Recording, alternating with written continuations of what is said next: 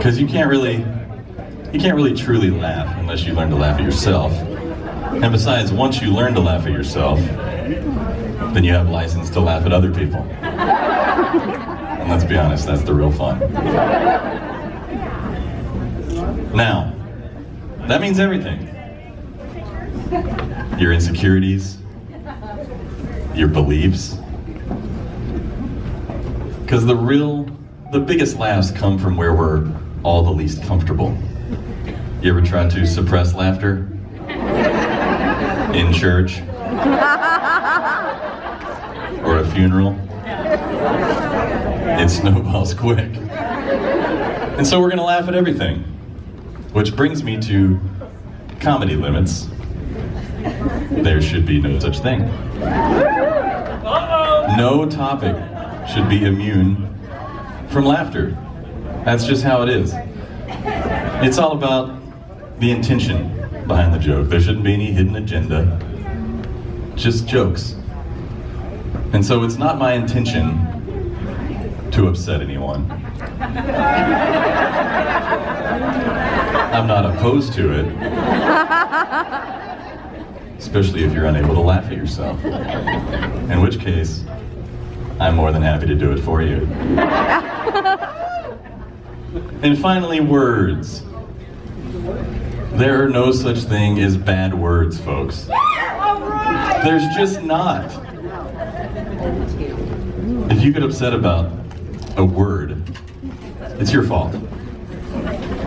You've made a conscious decision to react negatively to a sound that comes out of a face. That's all a word is, a noise. And I think we can all agree that there's no inherently bad noises, at least not from faces. So are we all in agreement tonight? We're gonna laugh more? We're gonna be willing to laugh at ourselves?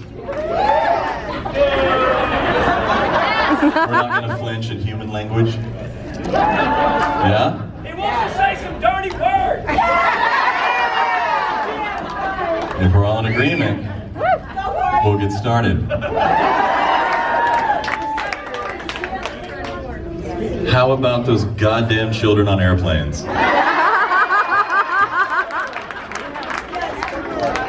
I'm just kidding. I'm not going to talk about the sky shits and their inept parents. That was just a test. Most of you passed. I suppose we should tell a couple stories. What do you think? Now, how many people here have never seen a Storytime live? Okay, there's a couple of you. I thought there might be a few. I was just curious. Over there, never seen a Storytime? Okay. Well, even for those of you who have heard Storytime, is it okay if I just kind of do the greatest hits? Where are the rednecks at? And I say that with much affection. There is nothing wrong with being a redneck. Austin and I are rednecks. We just look good doing it. But in case you're curious as to my redneck credibility, or even your own for that matter, you need to look at your family. And that'll tell you a little bit about yourself. Last year we went to Alaska, and my aunt decided to come along. And she was flying out from Texas, but she was detained by airport security for a tub of lard. That's redneck. Now there's a reason she had a tub of lard. She didn't trust Alaska to have all the ingredients she needed for biscuits and gravy. That's the rednecks cheering right now. If you think biscuits and gravy is weird, or you think white gravy is weird, just go to Canada. Some Canadians here. I know, and I love poutine. But there's a time and place for brown gravy. Now, I suppose you've all heard that we were recently picketed by the Westboro Baptist Church.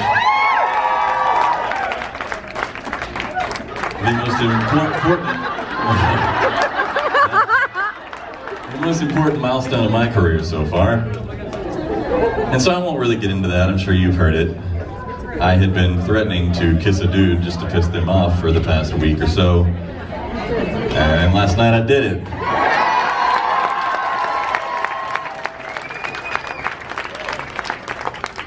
And that dude is Chris Rupp. And I think he has some questions about himself at this point. Oh.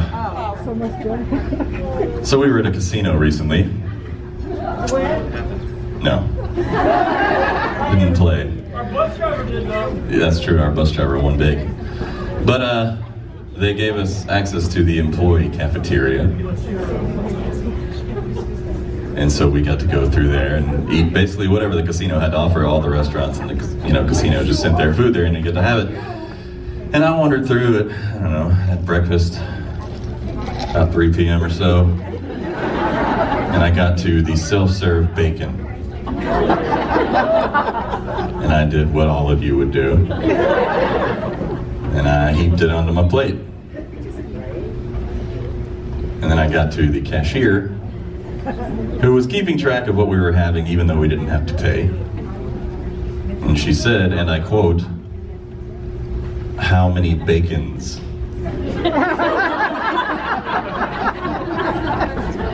And I was taken aback.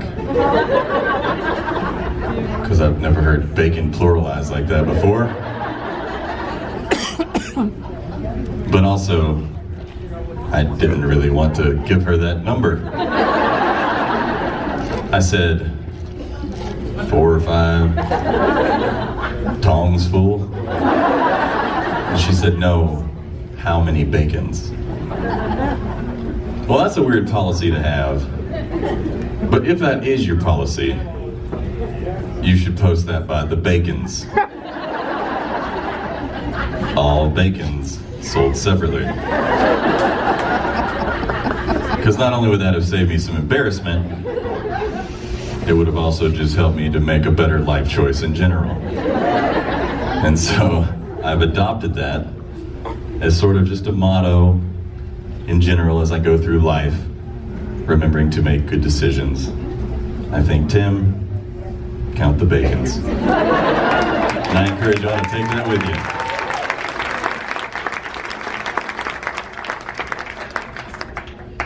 I'm going to close out tonight with a segment called Knock It Off.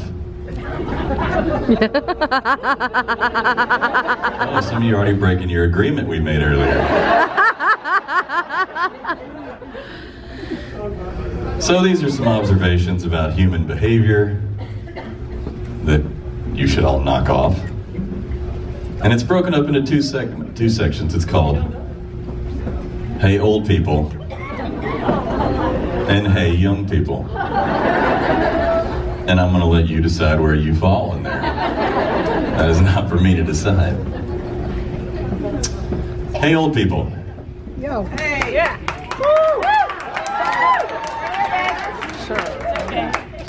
Stop taking pictures and video with iPads.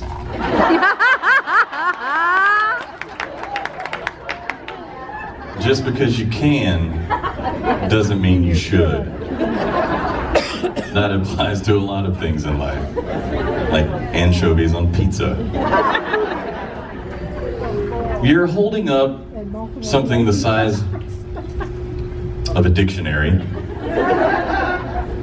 in a live show over your head with people sitting behind you. Or even worse, it's lower and it's illuminating your dumb face. Knock it off. Hey, young people. Stop saying literally every sentence. Do you know what literally means? No, literally. It literally makes me want to kick you in the teeth. Knock it off. Hey, buddy. I feel weird because I want to be his hype man so bad. I got a microphone. Go for it. I got presents to go open.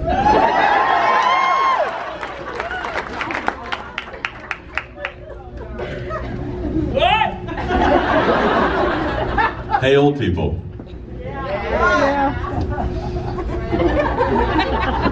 Stop going on Facebook, or any social media for that matter, once a month and liking everything that has happened since you were last.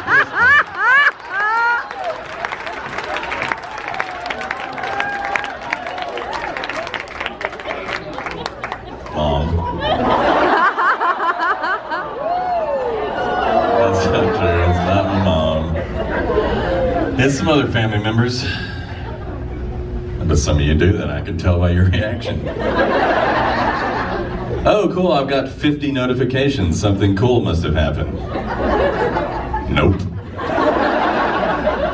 Grandma just went on Facebook.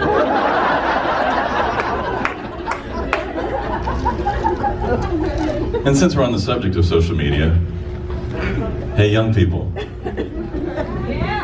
stop asking me to follow you. What do you do on any given day that I need to know about? Knock it off. Hey, old people. Stop telling young people that they won't use algebra in real life. It's simply not true. Hey, young people.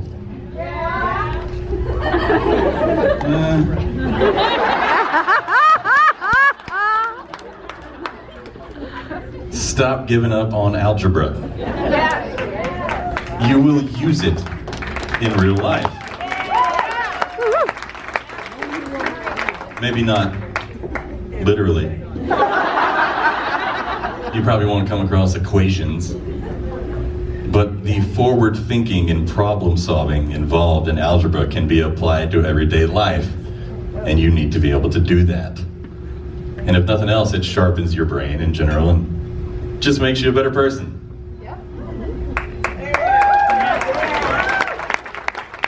So many of you that have been giving up on math, knock it off. You come talk to my math class? Yep. They agree to the ground rules. Hey, all people. You're obsessed with your cell phones. Yeah. I'm guilty of some of this too. Knock it off.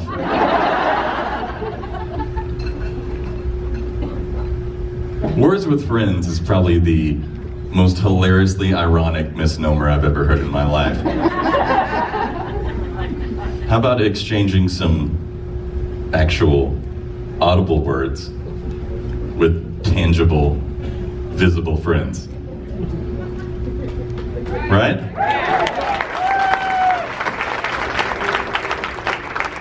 Now, I've seen it too many times. Younger family members or my friends' kids. You guys need to learn to navigate an actual verbal interaction.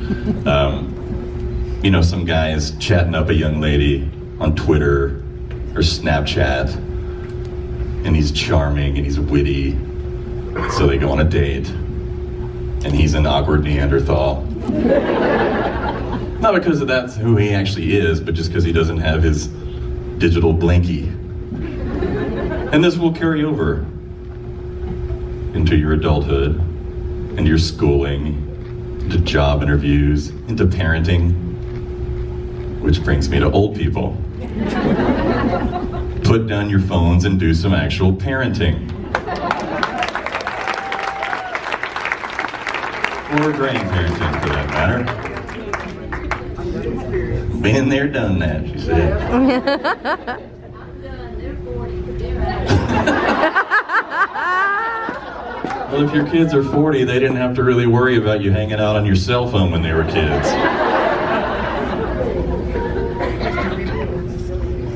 Anyway, I just think that's a good rule for everyone. And for God's sake, stop photographing everything. Some of you are probably doing it right now. When's the last time you just existed in the moment? Right now. Right now. Took it in. Maybe even remembered it for a change. Someone comes up to us every show inevitably and says, wow, my computer doesn't do you guys justice. Or, I thought you were good on the sing-off until I saw you in person. You really have to experience it in person. And that's true.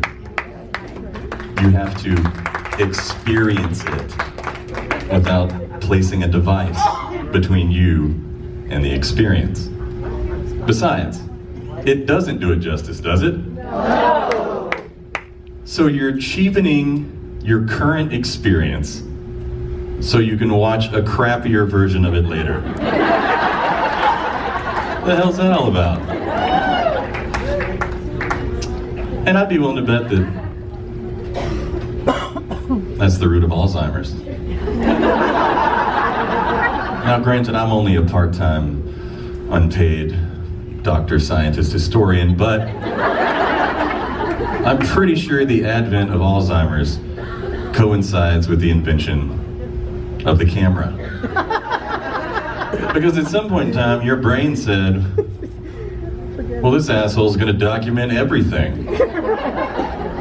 I don't have to remember shit. And you stop doing math.